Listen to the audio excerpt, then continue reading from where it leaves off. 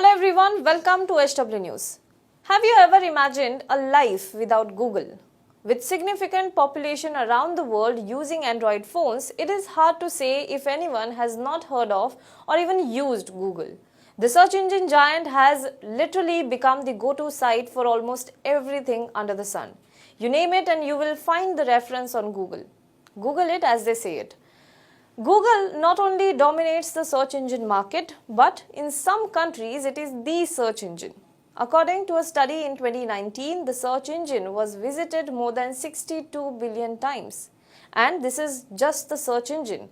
Now think about its other products: YouTube, Gmail, Google Drive, Google Documents, Google Sheets, and many, many more. All of these combined, Google is clearly the market leader. Now imagine there is no more Google in your country. Well, a life without Google, that is exactly what Australian citizens were threatened with. And this came from none other than the company itself. Google is battling the Australian government over a controversial bill proposed by the latter. And not long ago, matters had worsened so much so that the tech giant had said that it may stop providing search results in Australia if the government passes a new bill. Google, which handles almost 95% of the search traffic of Australia's 25 million citizens, threatened to leave the country. But the Prime Minister, Scott Morrison, refused to budge and said, and I quote, "We don't respond to threats. Australia makes our rules for things you can do in Australia. That's done in our parliament," unquote. Well, the big tech versus government fight is not new. In the United States, the big tech companies have faced antitrust hearings over how their algorithms work, whether they helped politicians in their election campaigns or to amplify their messages, etc. In India as well, social media giants like Facebook and Twitter have clashed with the government. But the fight between Google and Australian government is different because it involves the news media. News media that chooses to be on the internet, and with billions of people today depending upon the internet and digital media for their source of news, it becomes all the more important to talk about it. So in today's video, we will talk about the Google versus Australian government clash. What is this all about? What are the media organizations saying? And what impact can it have on news media across the world? If you too are dependent on internet for your news source, I would urge you all to watch this video till end. As internet reaches far corners of the world, new markets are opening up for the tech giants. There is now more content on the internet and Google helps to bring you the relevant of it all. Based on its criteria, it lists pages that have the most relevant information about something that you are searching for. This power of Google to reach far and wide also provided an opportunity for news publishers to explore a new platform. The Australian government, however, wants Google to pay the country's publishers for the news links and snippets its search engine surfaces. Google refuses to do so, saying that it indeed is bringing more visibility to these publishers. This battle is now 7 months old, but it is far from over. Now let's talk about how did it start. The clash began with the News Media Bargaining Code. The Australian Competition and Consumer Commission, which is ACCC, developed a mandatory code of conduct to address the bargaining power imbalances between the Australian news media businesses and digital platforms, including Google and Facebook. It believed the former were at a disadvantage.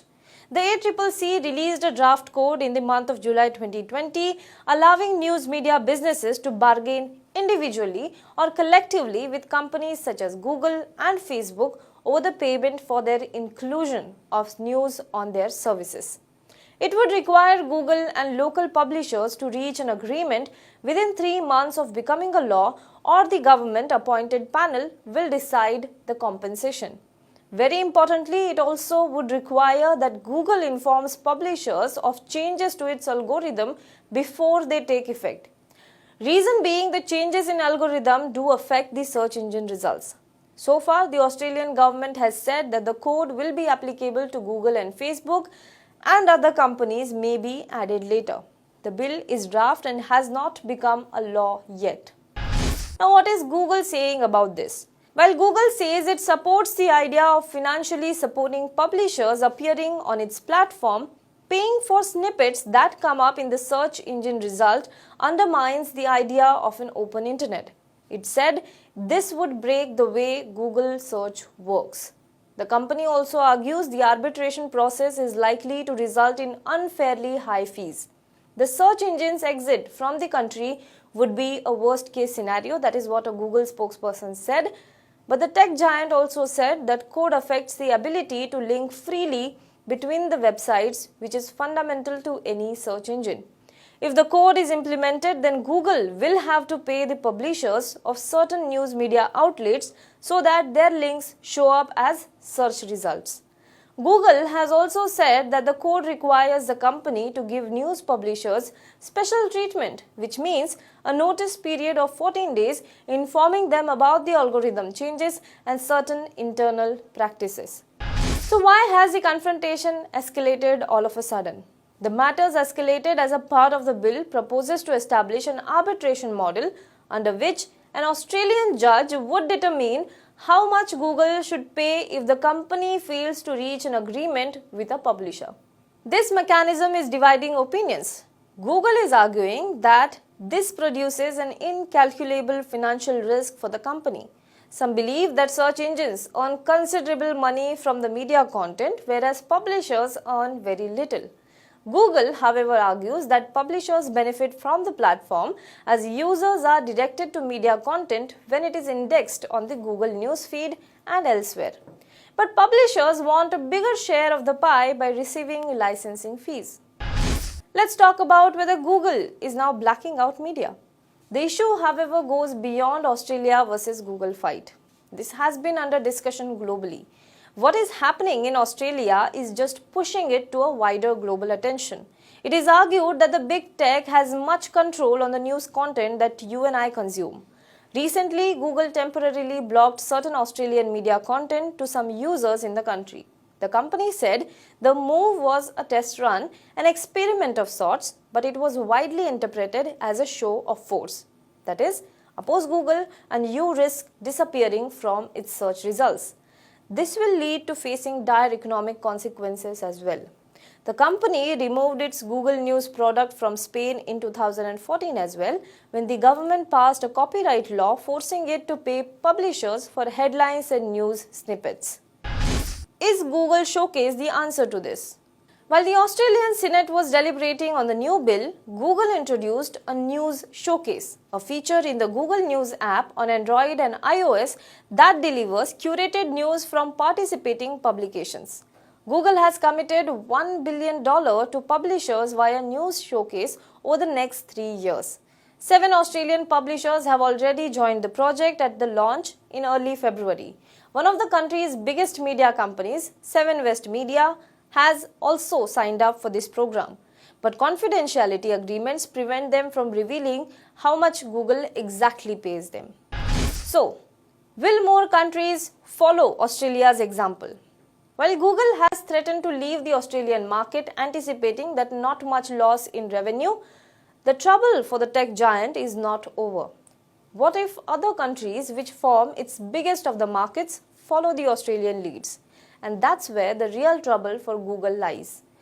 The EU, the European Union, is readying 2 pieces of the legislation. One that will hold Google responsible for illegal content on its platform, like articles encouraging terrorism, and the other that will enforce stricter anti-competition measures.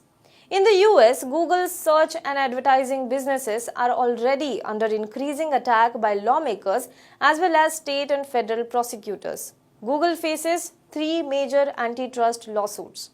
The Australia's bill has already caught the eyes of a Canadian minister and member of European Parliament from Greece. Google has faced pressure from authorities elsewhere also to pay for the news. Last month, it signed a deal with a group of French publishers, paving the way for the company to make digital copyright payments. While it can pay publishers in Australia, the company fears that the precedent it would set. If the Australian government manages to pass the bill, it will be the first law in the world that would force the digital giant to finance journalism. Meanwhile, Google has ramped up its effort to campaign against the proposed law. Facebook has threatened to block Australians from sharing news if the platform were forced to pay for news. As one of the world's largest internet user base, India will have to closely pay attention to developments in Australia. Now, the question is, will Google abide by the law if it is passed, or will it exit the market? In both the scenario, it will make India rethink its policies. Do let us know what you think in the comment box below. For more news and updates, you can log on to www.hwnews.in. Hello everyone. HW News English is 2 years old now.